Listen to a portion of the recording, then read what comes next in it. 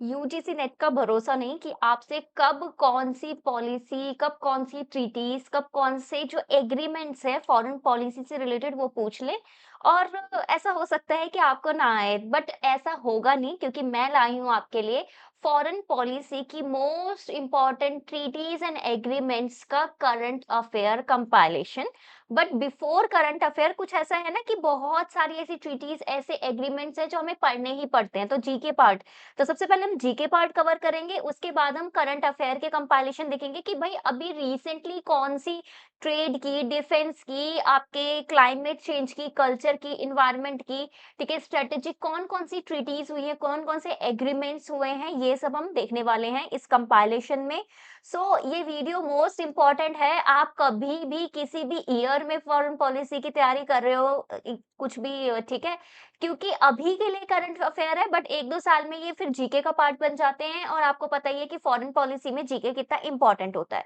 तो चलिए स्टार्ट करते हैं ये वीडियो, बट उससे पहले अगर आप इस चैनल डिस्कवर स्टडी में अभी तक जुड़े नहीं हैं, सब्सक्राइब नहीं किया है, सब्सक्राइब कर लो, नोटिफिकेशन ऑन कर लो, बिकॉज़ ये जो क्रैश कोर्स की सीरीज़ है ना, इसमें ना और भी बहुत सारी इंपॉर्टेंट चीज़ें करा रखी है, जैसे इंपॉर्टेंट कमिटीज़, ठीक है, बुक्स एंड ऑथर की लिस्ट हो गई, किसने कौन सी टर्म गढ़ी, ठीक है?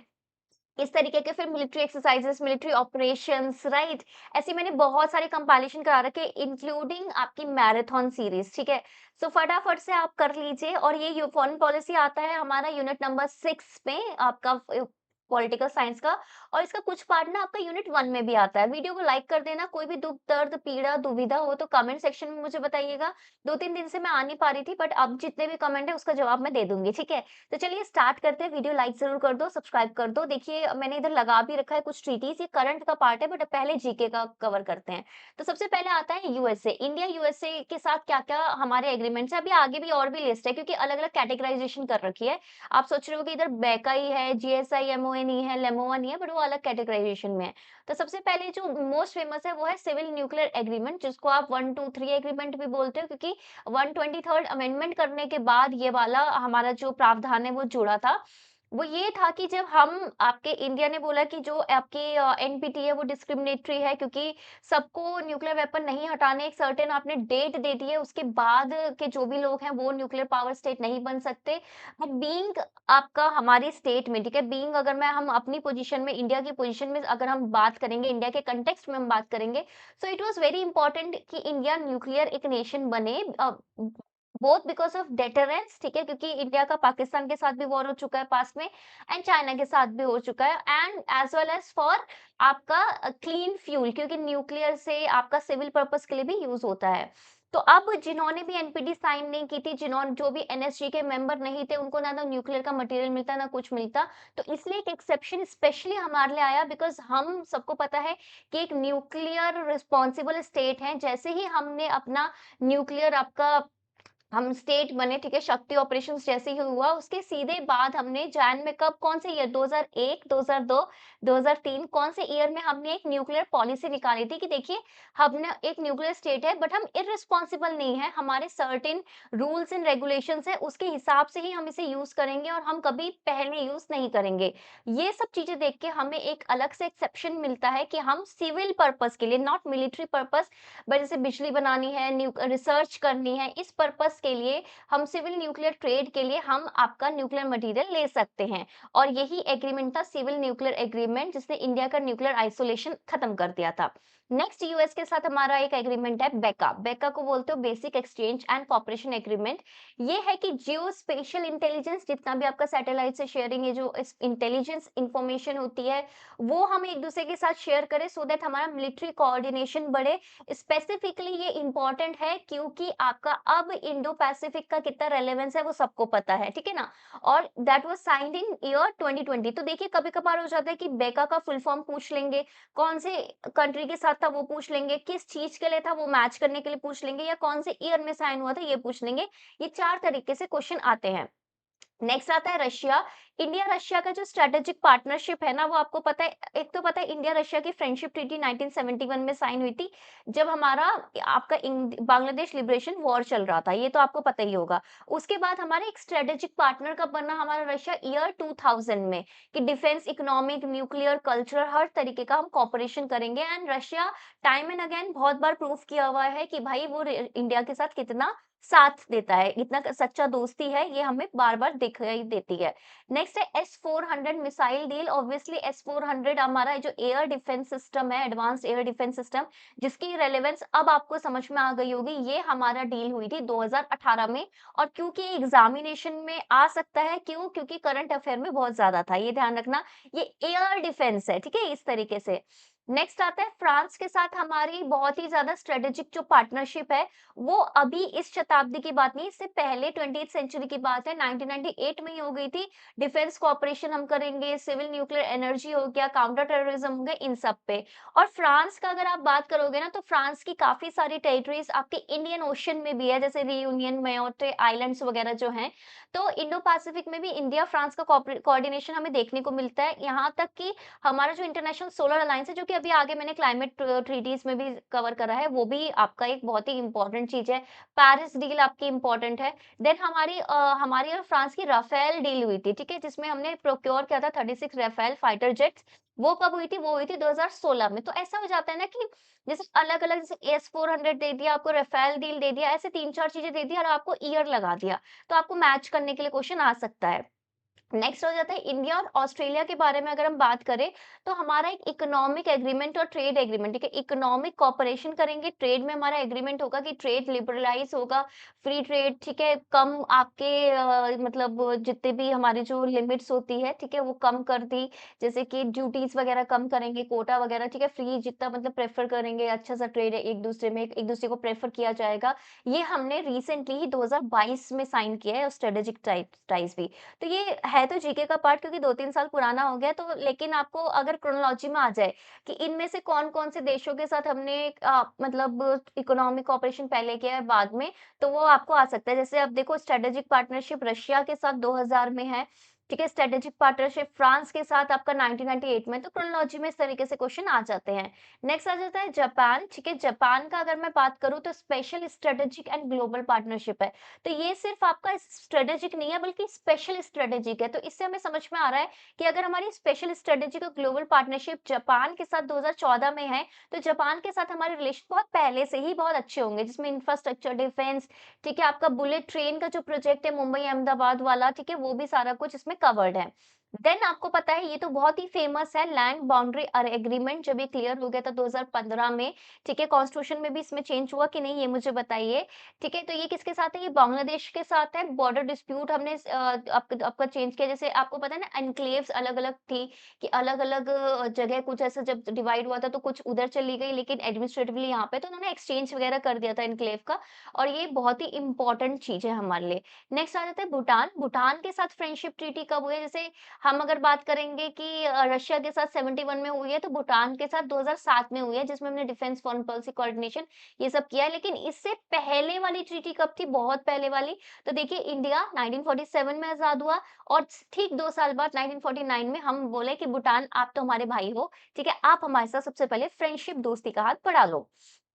सेम ये दोस्ती का हाथ, फिर हमको लगा कि यार भूटान तो ठीक है, भूटान के बाजू वाला नेपाल, यार नेपाल भी तो हमारे भाई है, ठीक है, तो नेपाल के साथ भी पीस और फ्रेंडशिप ट्रीटी कर लेते हैं, ओपन बॉर्डर्स रखते हैं, ऑब्वियसली स्पेशली बिकॉज़ मैं उत्तराखंड से हूँ, मेरा होम टाउन उत्तराखंड है, ठीक है, तो मुझे पता है कि आपका इंडिया और नेपाल का रिलेशन कितना वो है, मतलब क्लोज़ है। इनफैक्ट बिहार भी, जो-जो बॉर्डर, यूपी, बिहार और आपका उत्तराखंड, ये लगता है ना, क्योंकि ओपन बॉर्डर्स है, तो आते-जाते बहुत ही मतलब ईज़ी है हमारा। तो 1950 में हुआ ये। नेक्स्ट है श्रीलंका के साथ हमारा फ्री ट्रेड एग्रीमेंट हुआ। अब श्रीलंका के साथ फ्री ट्रेड एग्रीमेंट कब हुआ है? 1998 में। ठीक है, कब कौन सी चीज हुई है, ये ध्यान रखना। ये वही ईयर है 1998, जिस समय हमारा फ्रांस के साथ स्ट्रेटेजिक ट्रीटी हो रही थी, लेकिन श्रीलंका के साथ फ्री ट्रेड एग्रीमेंट हो रहा था। इस तरीके से कुछ इंटर रिलेटेड फैक्ट के मैं करके आपको याद कराने की कोशिश करूंगी। बाकी देखिए आपको कितना याद होता है। नेक्स्ट है इंडिया मालदीव्स का डिफेंस कॉपरेशन, कि भाई देखो, आपका डिफेंस में कॉपरेशन रहेगा ये करे रहेगा हमारा मालदीव्स के साथ 2016 से 23 तक। ये आगे भी आगे चलता अभी बट थोड़ी ना अनसर्टेनिटी है, बट अभी कुछ भी हो जाए, वो कुछ भी हो सकता है। लेकिन अभी फिलहाल ये है कि 2016 से हुआ था, 23 तक तो अच्छा-सा चला है ये। नेक्स्ट है आपका मल्टीलेटरल एंगेजमेंट। ये है कि बायलैटरल अभी तक ट्रीटी देखी हमने, जीके वाला पार्ट, अभी इसमें फॉरेन पॉलि करंट अफेयर वाला पार्ट भी आएगा, ठीक है? अब देख लेते हैं मल्टीलेटरल एंगेजमेंट क्या है, यानी कि बड़े-बड़े जो इंस्टीट्यूशंस हैं, उनके साथ हमने क्या-क्या ट्रीटीज़ या एग्रीमेंट किए हैं। तो हमने यूएन के साथ यूएन पीस कीपिंग ऑपरेशंस किया है, जो कि बहुत टाइम से चलते आ रहा है और वन ऑफ द लार्जेस्ट रूप में हम कंट्रीब्यूट करते हैं। नेक्स्ट है आपका डब्ल्यूटीओ के साथ obviously aspects on trade related आपका इंटेलेक्चुअल प्रॉपर्टी राइट्स है ना, कि ट्रिप्स। तो हमको पता है 1948 में general agreement on trade and tariff था, लेकिन उसको हमको पता था कि उसमें गुड्स गुड्स कवर है, उसमें सर्विसेज कवर नहीं है, उसमें इंटेलेक्चुअल प्रॉपर्टी कवर नहीं है। तो 1 जनवरी 1995 में डब्ल्यूटीओ आया। तो जैसे ही आया ना, सब लोगों ने साइन किया कि जो ट्रेड रिलेटेड एस्पेक्ट होता है ना इंटेलेक्चुअल प्रॉपर्टी राइट का, आप बोलोगे वो क्या? जैसे कि आपका ट्रेडमार्क होता है, आपका कॉपीराइट होता है, आपका डिज़ाइन होता है, ठीक है? जो आप बोलते हो कि यार ये जो क्या बोलते हैं, कोई इनोवेशन में क्या लेते हैं हम? मुझे याद नहीं आ रहा, 8 तरीके के होते हैं अलग-अलग, ठीक है? सो ये सारी चीज़ें हम फॉलो करेंगे, ठीक है? सो ये आपका कब हुआ? 1995 में, जैसे ही डब्ल्यूटीओ आया, राइट? नेक्स्ट आ जाता है ब्रिक्स के साथ। ब्रिक्स के साथ हमने एग्रीमेंट किया था 2015 में कि भाई हम पार्ट बनेंगे न्यू डेवलपमेंट बैंक का। फाउंडिंग मेंबर था, प्रमोट करता है जो इंफ्रास्ट्रक्चर और इमर्जिंग इकोनॉमी का डेवलपमेंट। और ऑब्वियसली किस लाइंस में आया, हमको लगा कि यार देखो आईएमएफ और वर्ल्ड बैंक तो है, ठीक है? सो एक कंटिजेंसी फंड भी बनाते हैं जो कि आईएमएफ जैसा काम करेगा, और एक जैसे वर्ल्ड बैंक ना आपका रिकंस्ट्रक्शन, इंफ्रास्ट्रक्चर डेवलपमेंट, ऐसे बहुत सारे प्रोजेक्ट्स के लिए आपको फंड करता है। तो वैसे ही हमारा ब्रिक्स कंट्री का अपना एक बैंक होगा, न्यू डेवलपमेंट बैंक, राइट? और रीजनलिज्म इसलिए बढ़ा रहे हैं बिकॉज हमको है कि हमारा रीजनल डेवलपमेंट हो, क्योंकि हमारे कुछ कॉमन प्रॉब्लम्स हैं जो कि हम लोग कॉमनली शेयर करते हैं। नेक्स्ट आ जाता है G20। हम लोग G20 का मेंबर परमानेंट कब से थे? तो हम स्टार्टिंग से ही इसके परमानेंट मेंबर थे। इनफैक्ट 2023 की जो समिट है वो दिल्ली में होस्ट हुई थी and I was also there. मतलब एक कोई सेशन था, उसमें रिसर्चर्स को भी जाना था, ठीक है? उसमें भी थे। तो इस तरीके की भी चीजें होती रहती है, आप भी पार्टिसिपेट करते रहा करो। देन एससीओ, आपको पता है शंघाई कोऑपरेशन ऑर्गेनाइजेशन बहुत ही इंपॉर्टेंट है आजकल। क्यों इंपॉर्टेंट है? क्योंकि देखो, एक तो ब्रिक्स, ठीक है? एक क्वेश्चन मेरा ये है कि ब्रिक्स का आपको पता है अभी एक्सपेंशन हुआ है, तो कितने मेंबर हैं ब्रिक्स में? ठीक है, 10 पूरा आप लिख लोगे, 10 के 10 मेंबर का नाम लिखोगे और मुझे ये बताओगे कि लेटेस्ट मेंबर कब ऐड हुआ है और कौन सा ऐड हुआ है, राइट? सेम फॉर एससीओ, क्योंकि ये क्वेश्चन आ सकते हैं कि फुल मेंबर बने थे हम 2017 में, बट उससे पहले हम आपका ऑब्जर्वर थे। तो हम 2005 से ऑब्जर्वर थे या 2007 से ऑब्जर्वर थे, ये मुझे आंसर चाहिए कमेंट सेक्शन में। देखिए, आप लोग पार्टिसिपेट किया कीजिए, बिकॉज ऐसे ही ना आपको ईयर याद होंगे। सिक्योरिटी कॉपरेशन है, ये हमको पता है सेंट्रल एशिया का, इसमें आपको पता है रशिया, चाइना, अच्छा मैं क्यों मेंबर बता रही हूँ, ठीक है? तुर्कमेनिस्तान नहीं है, कजाकिस्तान, किर्गिस्तान, आपका Tajikistan, Uzbekistan, India, Pakistan, Iran, ठीक है? ये सारे मेंबर हैं, और भी कुछ मेंबर्स हैं, ये आप मुझे बताएंगे। बेलारूस मेंबर है कि नहीं, ये मुझे बताओ। देन क्वाड, आपको पता है क्वाड 4 मेंबर का है, आपको स्ट्रेटेजिक डायलॉग है, इंडिया, यूएस, जापान और ऑस्ट्रेलिया। अच्छा, यूएस, जापान, ऑस्ट्रेलिया और अगर फिलीपींस है तो that makes it squad, not कि क्वाड, ठीक है? और ऑकस क्या है आपका? ऑस्ट्रेलिया, यूएस और यूके, ठीक है? ये ध्यान रखना। तो ये जो स्ट्रेटेजिक, ये जो क्वाड है, तो ये सबसे पहले याद रखना, ये 2007 में आया था, फिर 1-2 साल चला, फिर लेकिन ना ये डल पड़ गया था, लेकिन दोबारा ये बना था 2017 में, और स्पेसिफिक इसमें ये था कि इंडो पैसिफिक कोऑपरेशन होगा, मैरीटाइम सिक्योरिटी होगा, टेक्नोलॉजी, क्लाइमेट चेंज, इनसे रिलेटेड ज़्यादा एसोसिएटेड है ये। देन आसियान का कॉम्प्रिहेंसिव स्ट्रेटेजिक पार्टनरशिप है, अभी रिसेंटली हुई है, इसलिए मैंने लिखा है इसमें 2022 में कि हम कॉम्प्रिहेंसिव, देखो एक तो होती है स्ट्रेटेजिक पार्टनरशिप की, देखो स्ट्रेटेजिकली हम लोग पार्टनर्स हैं, एक है comprehensive. What do you mean by comprehensive? Comprehensive का मतलब होता है कि सारी चीजों में हम इंक्लूड स्ट्रेटेजिक पार्टनर है, एक या दो स्फेयर में नहीं। नेक्स्ट आ जाता है सार्क। सार्क का आपको पता ही होगा, रीजनल कोऑपरेशन फ्रेमवर्क आपका साइन हुआ था 1985 में, कि रीजन को, जो हमारा क्षेत्रीय एकीकरण है ना, रीजनल इंटीग्रेशन करेंगे साउथ एशिया में। लेकिन कहीं ना कहीं इस पे थोड़ी कहीं ना बोले नजर लग गई बोल सकते हैं, या फिर कुछ पॉलिटिकल टेंशन की वजह से ये इतना प्रैक्टिकली पॉसिबल नहीं हो पा रहा है।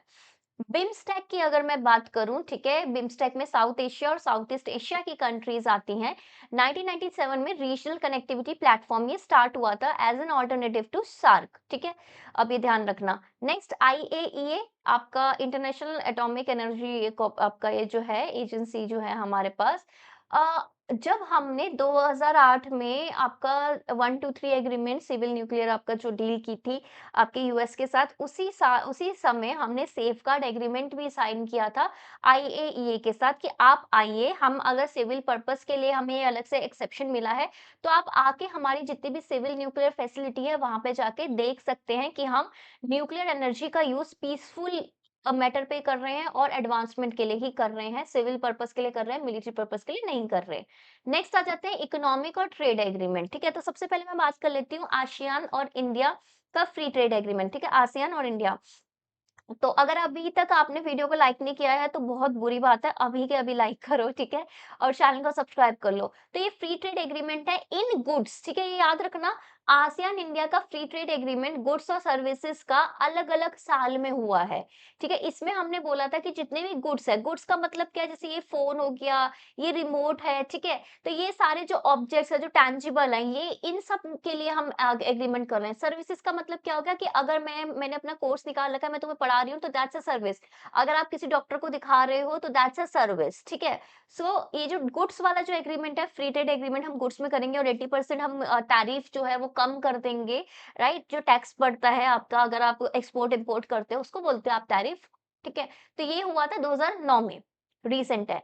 आरसीईपी आपको पता है रीजनल कॉम्प्रिहेंसिव इकोनॉमिक जो पार्टनरशिप थी, जिसमें 16 कंट्रीज़ थी बट इंडिया ने इसे ऑप्ट आउट कर लिया था 2020 में। इंडिया ने बोला कि देखो नेशनल इंटरेस्ट है, आप बहुत सारी इन्फॉर्मेशन की बात करो सबसे पहले तो डेटा लोकलाइजेशन पे था, इसमें फिर इंटेलेक्चुअल प्रॉपर्टी में भी बहुत कुछ था, ट्रेड आपने बोला था कि यार हमारा तो डोमेस्टिक ट्रेड में भी बहुत दिक्कत आएगी, ठीक है? मतलब लाइक वो उस पे सफ़र कर सकता है, ऐसे बहुत सारी चीज़ें थी। इसलिए इंडिया ऑप्ट आउट कर लिया था 2020 में, राइट? ये आरसीईपी आया कब तक 2016 से ही चलता आ रहा है बट हमने 2020 में इसमें ऑप्ट आउट किया है। नेक्स्ट यूएई देखो यूएई के साथ भी जो एग्रीमेंट है ना वो भी बहुत इंपॉर्टेंट है बिकॉज़ फर्स्ट ऑफ ऑल नया है, दूसरा अभी तक आया ही नहीं है एग्ज़ाम में। तो कॉम्प्रिहेंसिव हमने इनके साथ इकोनॉमिक पार्टनरशिप करी है। कॉम्प्रिहेंसिव मतलब सारी चीज़ें कवर करने वाली कि ड्यूटी फ्री एक्सेस दे देंगे 90% ऑफ इंडियन एक्सपोर्ट्स कि इंडिया मतलब 90% जो इंडिया का एक्सपोर्ट हो रहा है ना आपका यूएई में वो ड्यूटी फ्री है, ठीक है? 90% उसमें बूस्ट ट्रेड वॉल्यूम तो किसी को भी एक्सपोर्ट का बिज़नेस करना है कर लो, ठीक है? यूएई में, ठीक है? नेक्स्ट है ईयू ऑनगोइंग अभी आपको पता है एफटीए फ्री ट्रेड जो आपका एग्रीमेंट है उसपे नेगोशिएशन अभी भी चल रही है। पहले बंद हो गई थी, बीटीआईए पे बंद हो गई थी। बट अब दोबारा 2022 से स्टार्ट हो गई और अभी आजकल ज़्यादा कुछ आ रहा है ज़्यादा आ रहा है इसमें ना न्यूज़ में इसलिए। और अभी आपको पता है इससे पहले आई थिंक कुछ महीनों पहले ही जो ईयू का प्रॉपर कंटिंजेंट प्रॉपर एक ग्रुप आया था प्रॉपर उनका, ठीक है? कमिटी पूरा आए थे 15 लोगों के काइंड ऑफ एंड उसमें भी ये पूरा हमारा डिस्कशन हुआ था। देन अफ्रीकन यूनियन की बात करें तो India Africa framework for strategic cooperation हमने 2015 से ही साइन कर रखा है हर एक चीज़ के लिए। देन आ जाता है आपके अभी हम इकोनॉमिक एंड ट्रेड एग्रीमेंट्स कर रहे थे, अब बात करते हैं डिफेंस एंड सिक्योरिटी कोऑपरेशंस की एंड रुके रहिए करंट अफेयर में भी कवर करा रही हूँ, ठीक है? सो इसमें हमारा आता है यूएसए के साथ लेमोआ है logistic exchange memorandum of agreement कि भाई 2016 में साइन किया था कि देखो अगर हम एक दूसरे की मिलिट्री फैसिलिटी में एक्सेस कर सकते हैं, अगर हमारा कोई भी शिप अगर हमारा शिप है अगर यूएस के बॉर्डर के पास मतलब यूएस के जो कोस्टल एरियाज है उसके पास है तो वहां पे उसको पेट्रोल चाहिए, खाना चाहिए, कुछ चीज़ खराब हो गई, मशीन पार्ट ठीक कराना है, लोगों को रेस्ट करना है, तो वो ये सब कर सकते हैं। हमारे लोग वहाँ पे कर सकते हैं, वहाँ के लोग यहाँ पे कर सकते हैं। दैट इज़ द एग्रीमेंट, ठीक है? 2016 का। इसकी फुल फॉर्म, इसका ईयर किस लिए है, ये सब एग्ज़ाम में आ चुका है, ठीक है? आ चुका है और रिपीट भी हो सकता है। देन फ्रांस के साथ अगर हम बात करें तो मैरीटाइम पे क्योंकि मैंने बोला था कि फ्रांस के बहुत सारे ऑब्वियसली पैसिफिक में तो पोलिनेशिया वगैरह ये सारे उधर जगह में है बट इंडियन ओशन में भी बहुत सारी टेरिटरीज है कोस्टल मतलब आइलैंड टेरिटरीज, ठीक है? तो interoperability and marine maritime cooperation हमने किया है कि देखो एक दूसरे को मैरीटाइम हेल्प चाहिए क्योंकि फ्रांस तो थोड़ा दूर हो गया और इंडिया के पास भी है, ठीक है? तो हमने बोला कि joint naval exercises Indian ocean में कोलैबोरेशन हम कर लेंगे 2018 से ही हमारा फ्रांस के साथ ये डील हो गई है। नेक्स्ट अगर मैं बात करूँ तो जापान के साथ एसीएसए यानी कि acquisition and cross servicing agreement, कि कोई भी सामान लेना हो, कोई भी सर्विसेज है उसके लिए एक्सचेंज ऑफ सप्लाईज, कि कोई सप्लाईज है, कोई सर्विसेज है, आर्म्ड फोर्सेस के अंदर अगर बीच में अगर एक्सचेंज करनी है, तो उसके लिए हमने स्पेसिफिक एग्रीमेंट किया है 2020 में। देन यूके का आपको पता है रोड मैप 2030 करके एक बार पहले भी क्वेश्चन आ चुका है कि किससे रिलेटेड है, तो आप बोलोगे इंडिया यूके। तो है क्या कि रोड मैप 2030 है कि 2030 तक हमें क्या-क्या चीज़ों में हमारा कोऑपरेशन होना चाहिए, और ये हमने 2021 में किया था कि अगले 10 साल में हम ये चीज़ें करेंगे। स्पेसिफिकली फोकस किया था डिफेंस, साइबर सिक्योरिटी, एआई और काम कोऑपरेशन में, ठीक है ना? नेक्स्ट अगर मैं बात करूँ तो इज़राइल, इज़राइल के साथ हमारा स्ट्रेटेजिक डिफेंस कोऑपरेशन है जो कि अभी भी चल रहा है। टेक्नोलॉजी ट्रांसफर करेंगे, मिसाइल सिस्टम जैसे कि बराक 8 उनकी मिसाइल्स है, एग्रीकल्चर टेक्नोलॉजी, स्पेसिफिकली कि जो सॉल्ट वाटर होता है उससे ड्रिंकिंग वाटर कैसे बनाएँ, उसपे उसकी टेक्नोलॉजी पे ज़्यादा हम बात कर रहे हैं। देन एनवायरनमेंट और क्लाइमेट एग्रीमेंट की मैं बात करूँ तो सबको पता है पेरिस क्लाइमेट एग्रीमेंट 2015 में आया था। इसका मेन फोकस ये था कि हम ना एमिशन की इंटेंसिटी कम कर देंगे। कितनी कम कर देंगे ये मुझे बताना? कितना लिमिट है 1%, 1.5, 2 कितना और कौन से ईयर हमने बेंचमार्क लिया है कि यार देखो इस साल जितनी भी थी ना उससे 1% या उससे 2% हम इतने-इतने फर्दर साल में कम कर देंगे। तो बेसिकली 2030 तक के लिए स्पेसिफिक था ये कि रिन्यूएबल एनर्जी का प्रमोशन हो। देन इंटरनेशनल सोलर अलायंस 2015 इसी समय जिस समय पेरिस क्लाइमेट समिट हुई थी तो 21वीं समिट थी यूएनएफसीसीसी की। उसी समय हमने लॉन्च किया था इंडिया और फ्रांस ने मिलके कि भाई इंटरनेशनल सोलर अलायंस, और इंडिया लेड ज़्यादा था एंड उसके हेडक्वार्टर्स पे भी इंडिया गुरुग्राम में है अभी। इंडिया लेड था प्रमोट करेंगे कि देखो टॉपिक ऑफ कैंसर और टॉपिक ऑफ कैप्रिकॉर्न के बीच में जो कंट्रीज रहती है ना, वहां पे क्या होता है, वहां पे धूप बहुत ज्यादा पड़ती है। तो क्यों ना हम इधर सोलर पैनल लगा के यहीं से एनर्जी क्रिएट कर ले, क्योंकि इतनी ज्यादा अगर हमें थर्मल मतलब एनर्जी नहीं चाहिए होगी। ठीक है, तो कोल का हम वो हमको पता है वैसे भी रिजर्व बहुत कम है। अच्छा, अगर हम इलेक्ट्रिक व्हीकल वगैरह बना देंगे तो हमारा पेट्रोल डीजल वगैरह इस पे भी हमारा एक्सपोर्ट वाला खर्चा मतलब जो हम करते हैं ना, एक्सपोर्ट कह रही हूँ, इम्पोर्ट का खर्चा बचेगा। तो ऐसे ना हमने सोचा कि यार ठीक है, हमारे पास तो एम्पल एनर्जी है और आपको पता है कितनी गर्मी है आजकल। सो इसको हम यूटिलाइज़ करते हैं न्यू एनर्जी में, ठीक है? And solar energy in tropics, ठीक है? ट्रॉपिक ऑफ कैंसर और ट्रॉपिक ऑफ कैप्रिकॉर्न। अच्छा, क्वेश्चन ये आता है कि क्या कोई कंट्री अगर इन दोनों कैप टॉपिक ऑफ कैंसर और टॉपिक ऑफ कैप्रिकॉर्न के बीच में नहीं है, क्या वो फिर भी जॉइन कर पाएगी? एग्ज़ैक्टली कर पाएगी, कोई मना ही नहीं है। नेक्स्ट आ जाता है कि सीओपी जो यूएनएफसीसीसी की समिट होती है, आपको पता है हर साल समिट होती है, जैसे आपका कोपेनहेगन समिट हो गई, वो बहुत इंपॉर्टेंट है, राइट? उसके बाद आपका ग्रीन क्लाइमेट फंड कब आया था, वो इंपॉर्टेंट है। पेरिस तो आपको पता ही है, क्योटो प्रोटोकॉल पता ही है, ठीक है? क्योटो प्रोटोकॉल को रिवाइव करने के लिए दोहा अमेंडमेंट, ठीक है? ये सारी बहुत इंपॉर्टेंट है, एक बार ये देख लेना। नेक्स्ट है ग्लोबल बायोफ्यूल अलायंस है एक, ठीक है भाई, जो कावरंग या बायोफ्यूल होता है हमारा, उससे भी क्या होता है, उससे भी बहुत ज़्यादा एमिशन होती है, जिससे आपका एनवायरनमेंट को नुकसान होता है। तो क्यों ना हम इसको प्रिजर्व करके इधर से क्या करें, बायोफ्यूल बनाएँ। 2023 में आया था, इंडिया फाउंडिंग मेंबर है क्लीन एनर्जी को प्रमोट अल्टरनेटिव्स को प्रमोट करने के लिए। ठीक है, इतनी चीज़ समझ में आ गई। सो ये था जीके वाला पार्ट। नाउ अब हम कवर करते हैं करंट अफेयर्स वाला पार्ट, कि भाई देखिए मोदी जी ने बहुत सारी चीज़ें हैं जो हमारे इस अगर मैं बात करूँ 2014 से हैं ये, ठीक है? तो इन बहुत सारे सालों में बहुत सारे एग्रीमेंट्स हुए हैं स्पेशली फॉरेन पॉलिसी से रिलेटेड, और वो आपके सिलेबस में भी के लिए भी इम्पोर्टेंट है, और वैसे ही अगर मैं बात करूँ अगर आप पढ़ोगे ना तो आपको लगेगा कि जनरल हम प्रोग्रेशन में भी चल रहे हैं। तो चलिए देखते हैं कि कौन से वो एग्रीमेंट्स हैं। But before that like the video and subscribe the channel right now, और कमेंट करके मुझे बताते क्यों नहीं हो, तारीफ किया करते क्यों नहीं हो कि कैसे लगे लेक्चर, और सिर्फ तारीफ करना हाँ। चलो फीडबैक भी दे सकते हो, I was just joking. Okay, so bilateral trade agreements हैं कुछ, जैसे कि ईयू का फ्री ट्रेड एग्रीमेंट हमने टारगेट किया है कि 2025 के एंड होने में हम इसे कर लें, क्योंकि रीसेंट अपडेट है।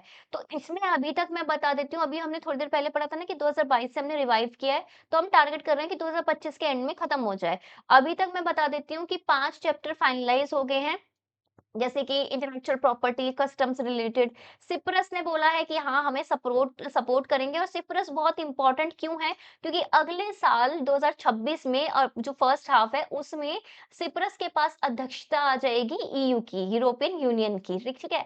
फ्री ट्रेड एग्रीमेंट हम एक्सपेक्ट कर रहे हैं कि 2025 के एंड में हो जाए। नेक्स्ट है आपका ईई, ठीक है, ईएफटीए, ठीक है। सो बेसिकली इसमें आपका स्पेसिफिकली कुछ ऐसी कंट्रीज़ हैं जो ईयू का पार्ट नहीं है, तो उनका क्या? तो उनके उसमें जैसे स्विट्ज़रलैंड हो गया, नॉर्वे हो गया, आइसलैंड हो गया, लिंचेस्टीन हो गया। हम बोल रहे हैं कि यार हम इनके साथ अलग से डील कर लेते हैं।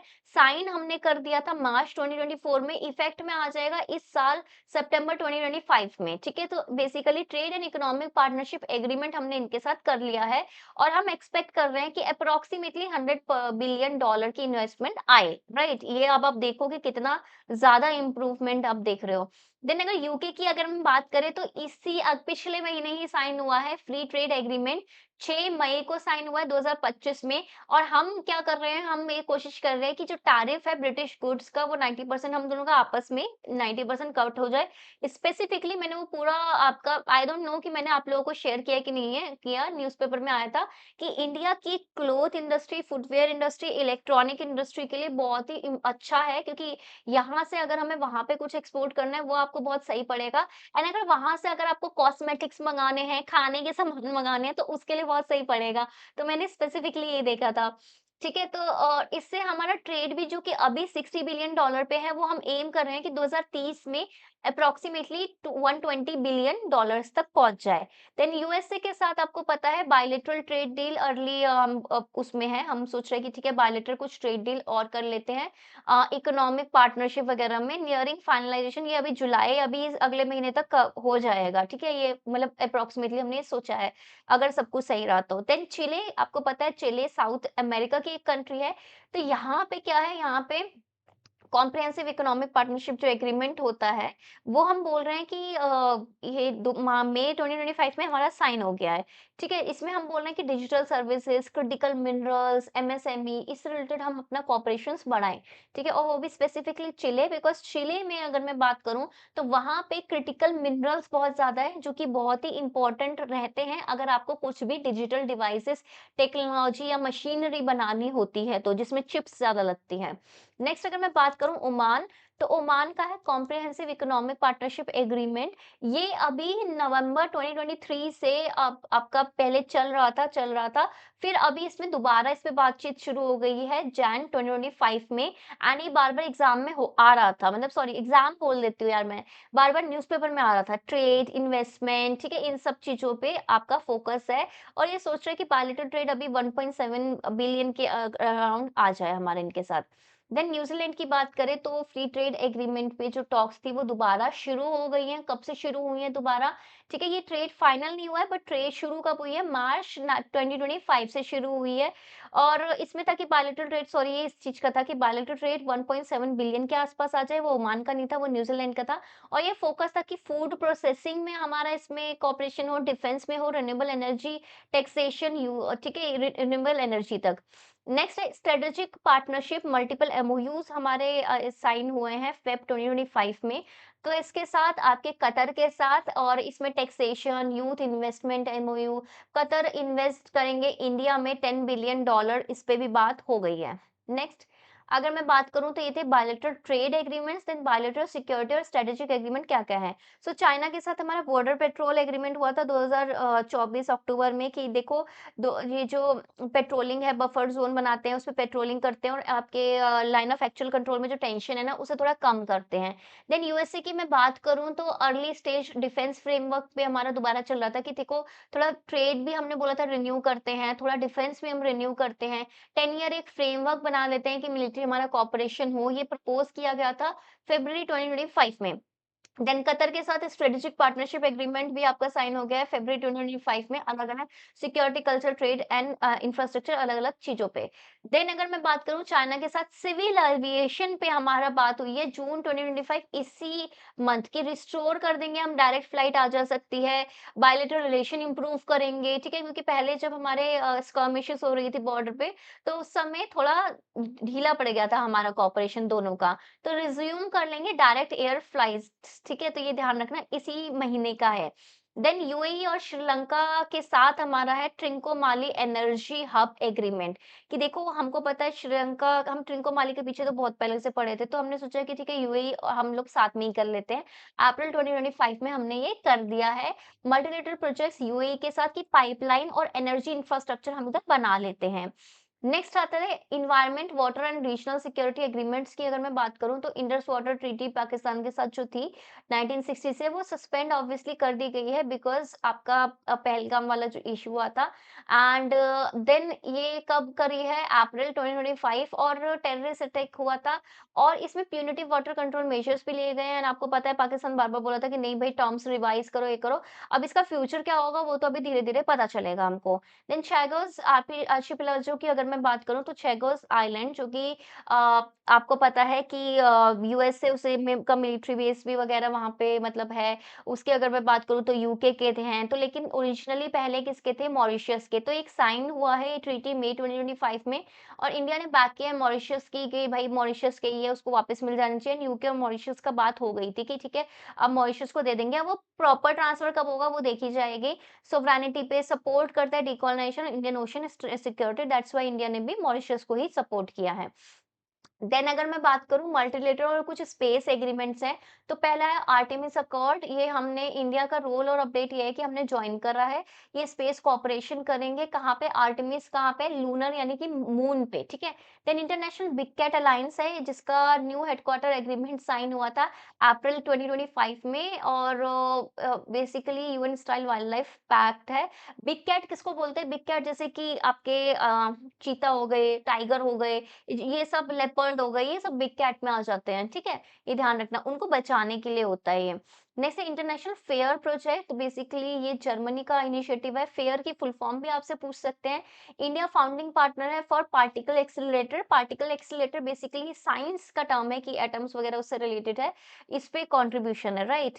So that's it for the day and I hope कि सेशन आपको बहुत ही प्यारा लगा हो, बहुत ही अच्छा लगा हो। और कल मिलते हैं, जब तक के लिए इस सेशन को बहुत ज़्यादा प्यार देना और शेयर करना क्योंकि जितना आप शेयर करोगे एक सर्टेन लेवल पे आएगा तभी सेकंड वीडियो आएगी।